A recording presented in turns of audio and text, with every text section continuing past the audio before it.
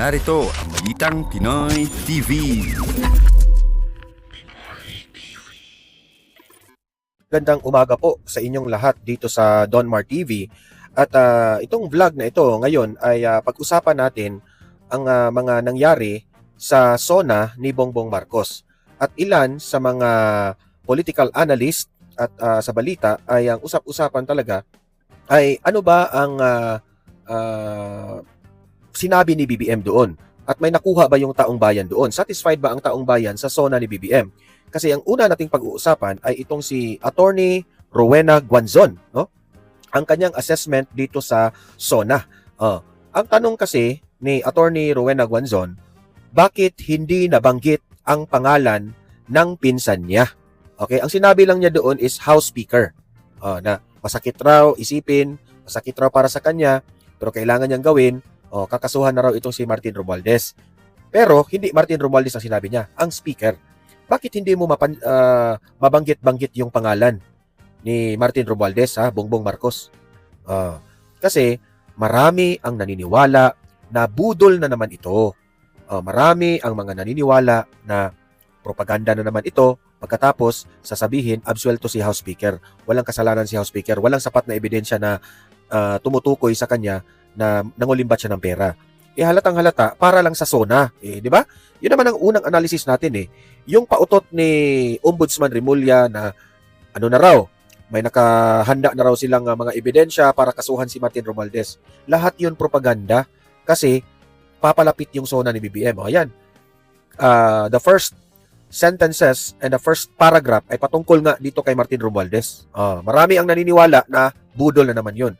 Ito pa, pag-usapan natin itong naisalba natin ang flood control scandal. Yan ang sinabi rin ni BBM. Anong naisalba? Yung naisalba, yung kapag umuulan, hindi na bumabaha. Bakit? Konting ulan lang dito sa Pilipinas. Nagbahaan na yung mga iba't ibang lugar ng Pilipinas. Huwag mong sabihin na naisalba. Huwag mong sabihin na naisauli na yung pera na kinurakot ng mga kaalyado ninyo. Kasi hindi pa po satisfied ang taong bayan. Huwag kang magpabida-bida BBM. Huwag mong sabihin na satisfied ng yung taong bayan dahil malawakang investigasyon rin, ganun. Hindi po malawakang investigasyon ang nangyari. Malawakang korupsyon ang nangyari. Yun ang katotohanan. Huwag niyong utuhin yung taong bayan. At ito pa, ilang mga senador mula sa minority at sa majority bloc hindi sumipot sa SONA ng Pangulo bilang protesta. Yan. Saludo po tayo sa mga congressman, sa mga senador na hindi takot, naninindigan na bilang protesta nila dito sa Administrasyong Marcos ay hindi na sila pumunta doon sa SONA ni BBM. Yung ibang mga senador dyan, hindi yan kaya nilang gawin kasi kapag gagawin yan nila, hindi na naman sila bigyan ng budget, di ba? Huwag na tayong magbulahan. So, yun po ang mga pag-uusapan natin ngayong umaga na ito. Pero bago ang lahat guys, paki-like muna at saka paki-share itong ating video para guys, kakalat ito sa taong bayan. Importanteng mag-like and share like and share na. And at the same time, sa mga bago pa lang dito nanonood sa ating vlog, if this is your first time, I'm Donmar TV. Mag-subscribe na po kayo. Kasi libre lang po ang mag-subscribe sa YouTube. Walang bayad yan. Okay? At kung nakasubscribe kayo dito sa ating channel, no? I'm pretty sure na updated ka lagi sa mga maiinit na balita. Yan. Okay? Wala muna tayong batian ngayon Okay, ito. Unahin muna natin itong, Ito, naisalba na raw ni BBM. Yan ang pautot niya. Ito, panoorin po natin. Isang taon na ang nakalipas mula noong huli akong tumayo rito upang ilantad ang katiwalian na nadiskubre namin sa mga flood control project.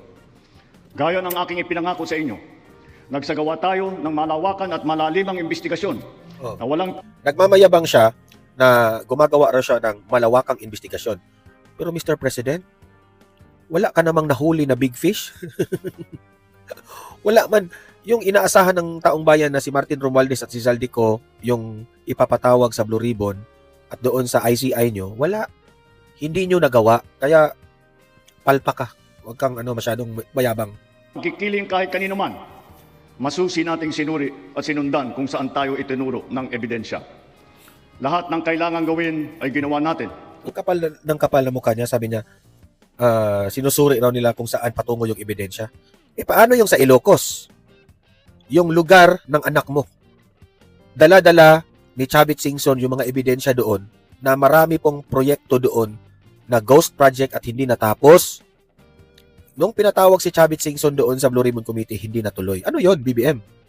Tapos sasabihin mo, hinayaan nyo na kung saan patungo yung mga ebidensya? Wala. Ang katotohanan, itong administrasyon na ito is being selective kung sino yung imbestigahan. Yun naman ang katotohanan eh. Upang matuntun ang punot dulo. Mayroon ng mga unang nakasuhan at nakulong, mga kontratista, matataas na opisyal. Oh. Pati na Yung nakulong, si Marcoleta, Mike Defensor, at si Jinggoy. Yun ang ipinagmayabang ng mga dilawan at mga bangag loyalista eh. Ito yung mga taong galit sa korupsyon. Inunan yung kinulong. Kasi takot kayo na yung si Marcoleta, Mike Defensor, at si Jinggoy Estrada, takot kayong ibuking ang mga kaalyado ninyo sa korupsyon. Yung 18 ex-Marines nga, binabaliwala ninyo. Si Guteza nga, binabaliwala ninyo. Si Chavit Singson, binabaliwala ninyo. At si Marcoleta, Mike Defensor, at itong si Jinggoy lang, ang may kakayahan na ma-invite ito sa Blue Ribbon Committee. Sus, huwag na tayo magbulahan. mga mambabatas. At dumating na tayo sa punto na ayon sa Ombudsman ay malapit na ang paghain ng patong-patong na kaso laban sa dating speaker. Budol yan. Masakit man sa akin ito, ngunit kailangan nating gawin. Wow, drama. Hindi ako pangulo ng aking pamilya. Pinagpraktisan. Hindi ako pangulo ng aking kaibigan. Wow. Kala mo, totoo, di ba? Ako Hindi na kami mabudol ay yan. pangulo ng Pilipinas at ang tungkulin ko ay sa Ke- inyo. very weak talaga. Mga kapwa Pilipino. Yung mga uto-uto naman, palakpak naman sila. Kaakibat ng mga naisampang mga kaso tiniyak ng inyong pamahalaan na mababawi mula sa mga nagsabwatan ang nakuha nilang pera ng taong bayan. Gayon din, pinigilan natin ang paglabas ng pera ng bayan na ipambayad pa dapat sa mga depektibo, peke o guni-guning mga proyekto at mapupunta lamang sa mga bulsa ng mga tiwalaing kontraktor at opisyal. Sabihin mo yan sa sarili mo. Halos 25 bilyong piso ang halaga ng nabawi, frozen at napreserbang mga pera at ari-arian ng mga akusado. Hindi ka na sana gagawa niyan kasi pinabayaan mo Ang yan. mahigit 800 milyong piso dito ay agad nating nabalik. Weak ka sa kasi preso. kaya ang daming korupsyon. Lahat ng mababawi mula sa mga sangkot na tiwali ay agad ibabalik sa kaban ng bayan. Ipinapaubaya na natin ang pag-uusig sa Ombudsman at sa ating mga pinalakas na National Prosecution Service. Kasabwat mo ang ombudsman. Nananalig din tayo sa makatarungang hatol ng hukuman. Makakaasa kayo. Just ang gulong selective ng justice. justisya ay tumatakbo. Ang kinukulong ninyo, mga kalaban sa politika. Sa kabila ng mga kaganapang ito, kailangan natin umusad tungo sa pagbabago. Nakatulong ang lahat ng mga ulat at hinaing ninyo sa isumbong Pagbabago? sa Pangulo. Baha? Ang inyong pagbabantay at pakikialam sa pamahalaan ay ang susi sa paglaban sa katiwalian. Pero yung mga Ang reforma ni-criticize, sa kinukulong mo. DPWH ay nagsimula na. Nagpasok tayo ng mga bagong graduate kasama ang mga tuwid at maasahang mga job order at contract of service. Diyan ka naman magaling, Bukod sa ayuda. mga flood control project, lahat ng mga proyekto ay sinuri at tiniyak na talagang kinakailangan at maayos mula sa plano, presyo hanggang pagpapatupad. Yun lang kaya mo? Para walang overpricing, Wala ka sa sinigurado kalikingan ni natin Duterte? na ang mga materyales ay ayon sa presyo sa merkado. Bantay sarado ang bawat proyekto at ang nakalaang pondo sa transparency portal, Bantay sarado. integrity chain, Ang daming ghost project, bantay sarado? Katuwang na ang mga civil society organization. Mula nung tumama sa ating bansa ang epekto ng giyera sa gitnang silangan, nagdeklara tayo agad ng State of National Energy Emergency. Pero mahal yung Iisa ang kuryente. ating misyon. Budol na naman. Ang iahon ng ating nahihirapang mga mamamayan. Ang lahat ng mga ahensya ay inatasang magtipid at pagtuunan mabuti ang mga programa na mas mahalaga sa pagtugon sa mga epekto ng krisis. Ibinuhos natin ang pondo kung saan karapat-dapat at mas kinakailangan sa mga pangunahing serbisyong ramdam at tiyak na makakatulong sa ating mamamayan. Bakit hindi namin nakikita? Bakit hindi namin nararamdaman yung mga pinagsasabi mo? It's better said than done. Yan ang problema mo.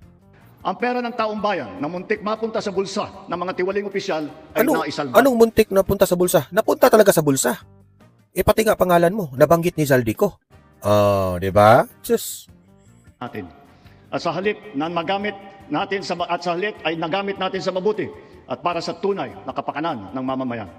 Ibinaba natin ang karagdagang halos 58 bilyong pisong pondo sa mga lokal na pamahalaan para mas mabilis at mas malawak. Yan ba ang ayuda mo? Bigay ka ng bigay ng ayuda pero yung rating mo negative? Paglingap sa taong bayan. Mataas ang tiwala at kumpiyansa natin sa mga lokal na pamahalaan. Ito ay paghahanda na rin para sa mas marami at mas malawak na serbisyo para sa kanilang mga nasasakupan. Jesus! Huwag mo kaming budulin, BBM. Ha? Baka nga, pagdating ng 2028, gusto mo rin extension na another 6 years? Sus, nasusuka na yung tao sa iyo. Hindi ka pa mahiya. Heto, buti pa itong mga matatapang na mga congressman at mga senador ay talagang hindi sila sumipot doon sa SONA. Ibig sabihin, matapang. That's one way of protesting BBM, no? Na hindi na maganda ang kanyang ginagawa. Ito po, panoorin natin. Binoykot ng ilang minority senators ang ikalimang SONA ni PBBM, di rin sumipot ang mga Duterte sa Kamara. Narito ang agenda report ni Isaiah Mirafuentes live mula sa Batasan. Isaiah? Yes, Pinky, andito ngayon sa main lobby ng Batasang Pambansa at makikita mo sa aking likuran ang main entrance papasok mismo ng plenaryo ng Kamara. Hanggang sa mga oras na ito, Pinky, marami-rami pa rin ang mga guest na nanood nga at nakinig ng SONA ng Pangulo at dito nga sa tahanan ng mga kongresista ay sinasagawa ang SONA ng Pangulo. Subalit, Pinky, ang ilan mismo sa mga nandito sa mga taga Batasang Pambansa ay hindi sumipot sa SONA ng Pangulo dahil para sa kanila, nonsense daw ang sasabihin ni PBBM. Sa pagbabalik sesyon ng Kamara at sa pagsisimula ng second regular session ng 20th Congress, papuri sa Marcos Jr. administration ang naging laban ng talumpati ni House Speaker Bogie D. President Ferdinand Bongbong Marcos Jr. has mobilized the entire government to provide our people with the support they need. Isa ka rin itong si Bogie D, puppet lang ito eh. Pero ang nagko-control nito, this is my own analysis, opinion. Puppet ito. Kontrolado ito ni BBM o ni Martin Romualdez pa rin. Need to overcome these issues. Under his leadership, efforts are underway to address inflation, crime, and corruption. Sa lahat ng ito, katuwang ng ating Pangulo ang kapungulungan ng kinatawan. Maging ang miyembro ng prosekusyon sa impeachment trial ni VP Sara na si Bicol Saro Party List Representative Terry Didon, mataas na puntos ang ibinigay sa Pangulo pero bahagyang kailangan bumawi pa raw pagdating sa ekonomiya. Pero kung panig sa administrasyon ng liderato ng Kamara, maraming miyembro naman ito ang ayaw sa Pangulo. Kasi po, pati nga ang Senado nahawaan na rin eh. Ang House of Representatives dating nahawa na yan. Talagang mag-aasta ka, talagang yung mga plastic na mga congressman at mga senador ngayon, they have no choice but magpasipsip sa administrasyon. Kailangan silang magpasipsip sa administrasyon dahil takot sila. Baka kasuhan sila, baka hindi sila bigyan ng budget. Yan ang katotohanan. Kaya po nakakahanga yung lumalaban na hindi natatakot. Ito ang kakapal ng mga mukha ng mga house at itong mga senador na ito na alam nilang mali-mali na ang ginawa ni BBM, todo pa rin sila sa suporta. Diba? Instead, na doon sila kakampi sa taong bayan kasi ang taong bayan ang bumoto sa kanila. Ang taong bayan ang dahilan para makaupo sila dyan sa mga pwesto nila pero hindi nila pinagbigyan ang hiling ng taong bayan kundi halik sila sa puwet ni BBM. Yan ang katotohanan. Huwag na tayong magbulahan. Diba? Ayon sa informant ng Billionaire News Channel, no show sa SONA sinasagi Party List Congressman Paulo Marcoleta matapang at Representatives Paulo at Harold Duterte. matapang. Paniwala raw kasi nila, nonsense kung pupunta pa dahil pambubola lang umano ang talumpati ng Pangulo. Tumpak, Si Kamanggagawa Representative Edison Fernando naman may dalang bingo card pagpasok ng Kamara. Laman nito ang mga labor issues at aalamin niya kung nakabingo ba ang Pangulo. At habang nakikinig sa SONA, nag-mobile games na lang daw siya. Yun na yun. Yun na yun. Alam naman ng lahat, hindi lang yung mga pinakulong niya, yung mga pinagmamalakit, inire-report niya na sangkot sa flood control. Yung gustong makita ng mamamayan na makulong. Nasaan na yung talagang mga big fish. So baka maigi kay Pangulong Bongbong Marcos bumili ng salamin.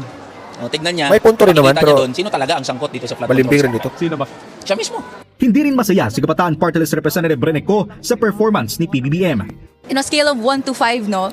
5 being the failing Ay, so, grade. score Hindi ba Rene. 5? Failing grade po ang binibigay natin. Shut up, Rene. Kahit sinong ilagay na presidente dyan, maingay talaga kayo. Akala nyo, kayo na ang perpekto. Hindi nga, kayo na ang mga presidente. Puro kayo daldal eh. Maalala natin, sinabi ni President Marcos Jr., mahiya naman kayo noong 4th State of the Nation address niya. Ikaw rin, May mahiya nahiya ka rin. ba? Impeachment ka ng impeachment, mahiya ka rin. Samantala, Pinky, natanong ko rin mismo ang mismong anak ng Pangulo na si Presidential Senate Majority Leader Sandro Marcos kung ilang puntos yung mabibigay niya sa kanyang ama sa syempre, malaki, anak niya pagiging Pangulo ng bansa. Ayon mismo kay Sandro Marcos, Pinky, mas maganda raw na iba na lang ang tanungin para daw hindi maging bias o tunog bias ang kanyang magiging sagot. Samantala, Pinky, sa buong talumpati nga ni Pangulong Marcos Jr., napakinggan natin na hindi niya nabanggit ang alinmang patungkol sa impeachment. Samantala, Pinky, habol ko na rin, kabilang nga sa mga nabanggit ng Pangulo sa kanyang talumpati ay yung patungkol sa pagkakasangkot ni former House Speaker Martin Romualdez. At ngayon lang naglabas ng pahayag ang kampo ni Martin Romualdez. Nakakahiya yun. Kahit kailanman Nakakahiya yun kung magbabanggit ka ng impeachment na hindi mo naman napahuli yung mga billion, trillion na korupsyon sa flood control tapos magbabanggit ka ng impeachment. Hello? Gumagasta pa nga ang gobyerno dyan sa impeachment eh. Nagsasayang lang kayo ng pera dyan sa impeachment. ay hindi siya humingi ng pabor o espesyal na pagtrato kay Pangulong Marcos. Dagdag pa niya, sang-ayon siya na gawin ang tamang proseso at tama raw na sumunod siya para rito at naninindigan pa rin ang dating House Speaker Pinky na wala siyang ginawang anumang paglabag sa batas. At syempre, magdidinay talaga si Tambaloslos, magdidinay talaga si Martin Romualdez.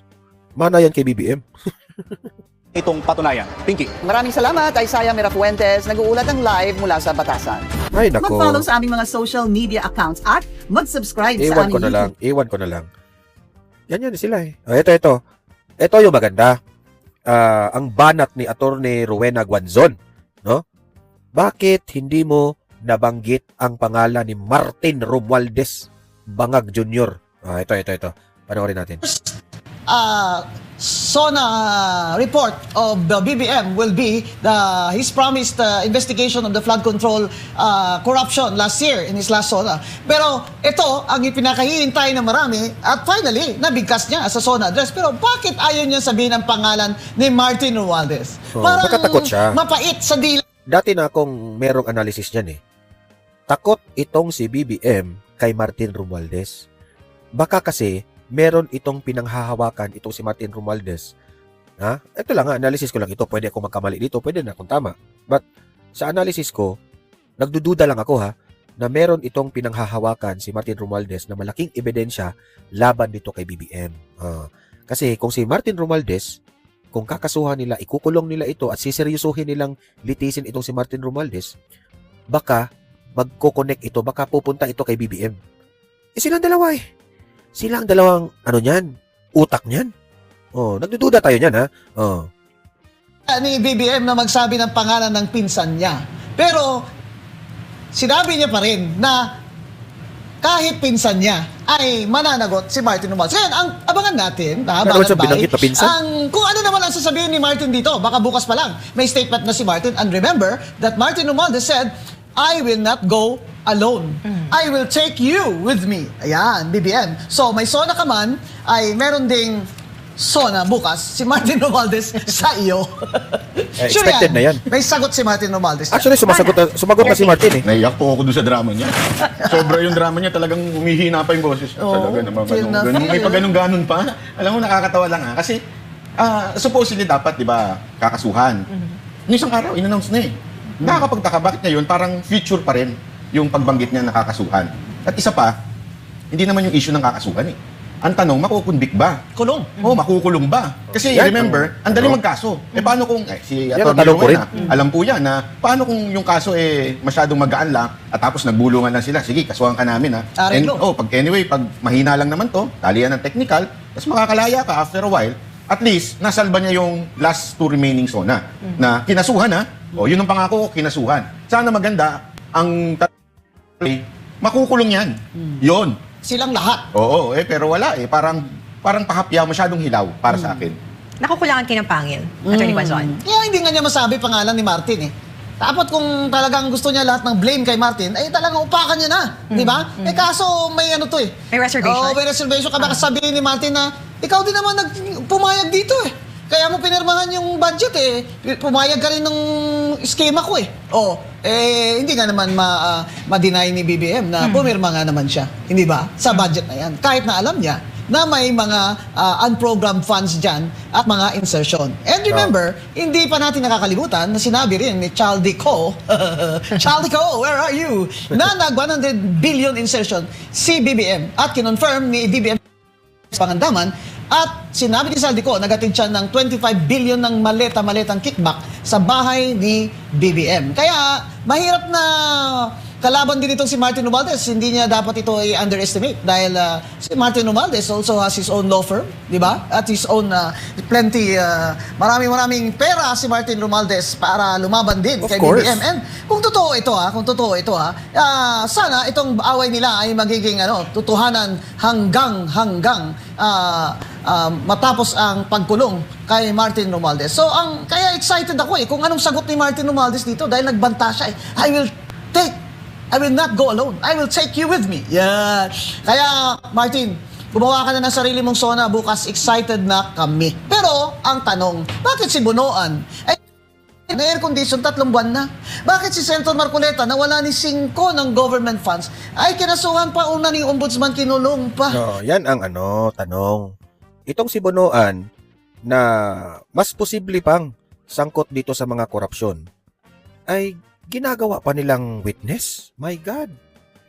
At itong si Marcoleta na wala namang kinulimbat na pera sa kaban ng bayan kasi private nga yung nag-sponsor sa kanya.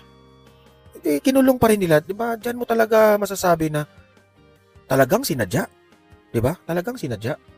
Kaya nga nakakagalit itong administrasyong Marcos Lahat na lang nabudol na very obvious gagawin pa rin nila. Grabe, halatang-halata na kayo Nauna pa kay Martin Romualdez. Yan ba ang sinasabi ni BBM na rule of law? Kasi nag-mention siya dito ng rule of law siya nag-appoint naman dyan kay Ombudsman Remulla. Nasaan ang rule of law dyan? Madagdag ko lang din, Attorney Rowena, yung sinabi niyang kami ang nakadiskubre. Nadiskubre mo pala. Bakit mo pinayagan? Yun. Kasi, remember, yung budget nagsimula. Ito na nga mga kabalita.